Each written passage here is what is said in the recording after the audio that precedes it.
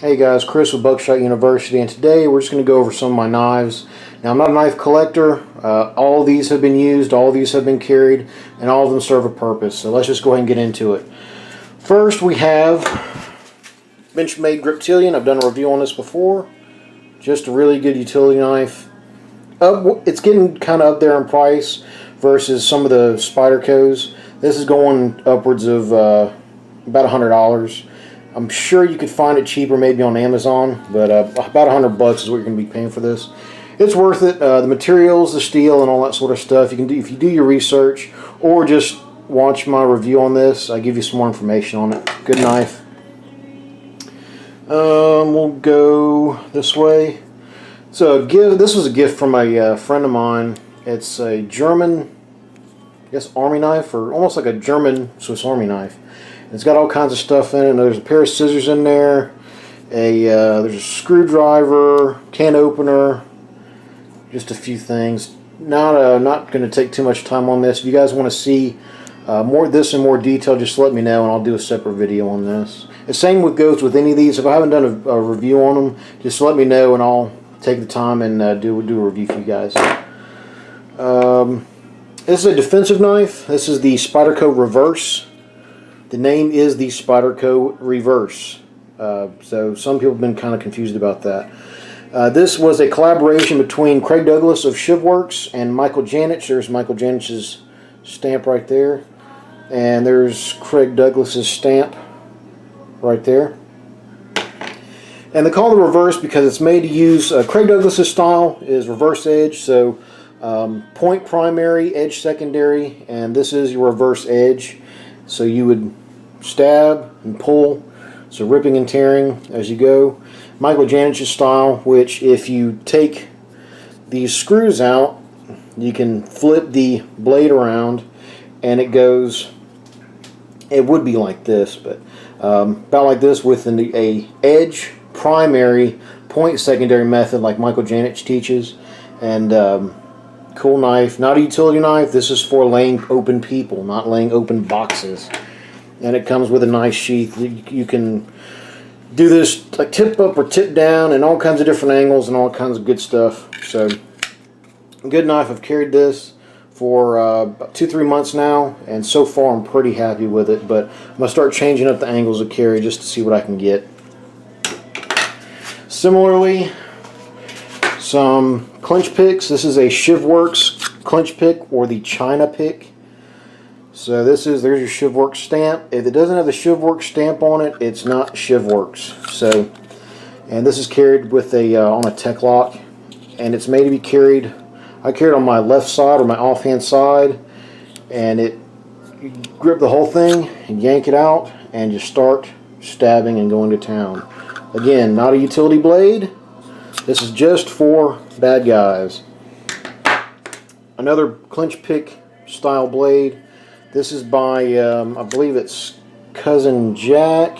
Yeah, kind of hard to see that, guys. All this glare and smudges. There you go, Cousin Jack. Not a whole lot of history on the company. I'm not sure what their story is. But the big difference is this is a lot thinner profile than this one. It's a big egg shape on the original clench pick, and the Cousin Jack's just real flat. So, what else we got? This is a Emerson, an Emerson Super CQC 8. See if we can get some detail on that thing. There we go. Super CQC 8. It's not bad. I've used it quite a bit. I'm not really happy with the edge retention on this thing, and it's a pain in the ass to sharpen. And I've sharpened a bunch of knives, and for some reason this one gives me the hardest time. And I mean, it's a good knife, but I will not pay the $200 some odd again for it. Not when I can get really good knives that stay sharp, are easy to sharpen, and serve a sort of a better purpose. So, cool knife, but this one will be leaving the collection. I don't have a knife collection, but this one will be leaving the collection. This one will be leaving pretty soon for something different. The KEBAR TDI. This is another defensive knife. Sort of similar to the clinch pick where you wear this on your offside, you grab it and yank it, and you start cutting and stabbing and junk. The only thing with these is the sheaths they come with are absolute garbage. Point case, this happens. I was carrying it and it got caught on something, and this spring steel clip just got bent to shit. So yeah, there are some other sheaths. I know Filster holsters will make sheaths for these, and I believe Tom Kelly at Dark Star Gear will make sheaths for these as well. So I'll be getting some sheaths made. But anyway, so good knife. Just trying to look through the viewfinder. Just a really crappy sheath, and you can get these for almost, I think, almost nothing, probably 30 bucks. And it's a pretty good, budget-worthy fighting knife or backup knife. El Cheapo box cutter, box opener with the replaceable razors. You can usually carry these around, and no one is none the wiser, especially for utility tasks, slicing stuff, opening stuff. You know, what better than a razor that you can keep razor sharp? You just buy the replacements for next to nothing. It's fun. I've had this for a couple years, and you know, work at the family upholstery shop every now and then, and we're constantly having to rip out old carpeting and upholstery out of cars and junk. So it works. Really cool. If you're in the construction trades or do any kind of utility work, just go ahead and invest in a decent box cutter. So anyway, that's about all for that. It's like, I don't know, $5. And on this side, oh, so backing up a little bit, there's the trainer for the clinch pick. So, and this is in a Dark Star Gear sheath, and same thing, only this is, like I said, this being the trainer, it's all blunt, no stabby, cutty things on it. So if you're going to get a fighting knife, try to see if it has a trainer. That way you can actually get out there and practice with it. Where are we at now? So, another Spyderco. I have a bunch of Spydercos. Spyderco just posts out really, really great stuff, and they don't really fool around with garbage. This is the Endura 4, so it's a bigger model, and this is sort of a dual purpose for me. I use this to open everything, boxes and bad guys, and it's just a really good knife, and it's got the Emerson, the wave feature. Oh, so there is an Emerson wave that is an Emerson patent. So let's see if we can get in on that. There we go. Emerson patent right there. So there's an Emerson wave, but there is a difference because there is an actual Emerson knife with the wave on it. So slightly different design. It is a different knife, but you get the picture.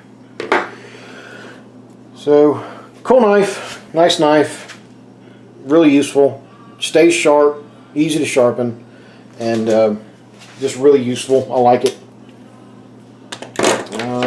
We got a Delica 4, just sort of a smaller version of the Endura. Not much to say. It's just a really good knife. Spyderco don't make junk. Emerson wave feature, enlarged spider hole, and you can move the clip. I think it's a it's a 4-position clip, tip up, tip down, left or right, so you can make it fit to whatever use you want. So good knife, pretty cheap too. Probably one of my damn favorite knives I've ever owned is this Spyderco Tenacious. I love this damn thing. I think I only paid, I don't know, like 50 bucks I think, which maybe I overpaid, but I've gotten so much use out of this thing, it's not even funny. So, really easy to sharpen, really easy to take care of, and it just keeps on going. It stays sharp. Love this thing. Absolutely love this thing. This is, out of all these, as far as utility knives, this one I got the most use out of, and I carried the most. It just love, love, love this damn knife. Another Spyderco stabby knife. This is the Spyderco Pack Off, which was the collaboration that Spyderco did with Craig Douglas of Shivworks. Again, there's the Shivworks logo, if we can Get it to focus. Come on. There we go. So, and that is the Spyderco Pack Off. Just made to rip and tear, stab, pull and rip, and nasty, nasty stuff. This is for bad guys, not for boxes. And it comes razor sharp, and it stays razor sharp because why? You only use it for bad guys. You don't use this to cut stuff with. Really nasty blade. The Spyderco Matriarch 2. This is just purpose made for using against human beings or bad people or bad things that are trying to hurt you. So it is a slashing, cutting, not a stabbing knife. Real nasty, really cool history on this. I'll probably do a review on this. Anyway, Spyderco Matriarch 2, wicked, wicked, wicked knife, and comes extremely sharp. So fixed blades, some pretty cool fixed blades.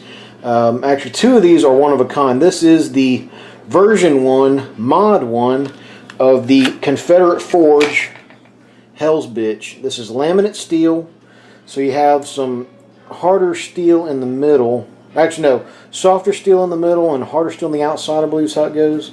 Not real 100% on it, but a good friend of mine, Eric Cashin, is the one that made this knife, and several like it. And this is the very first one he had ever made, and it is sweet.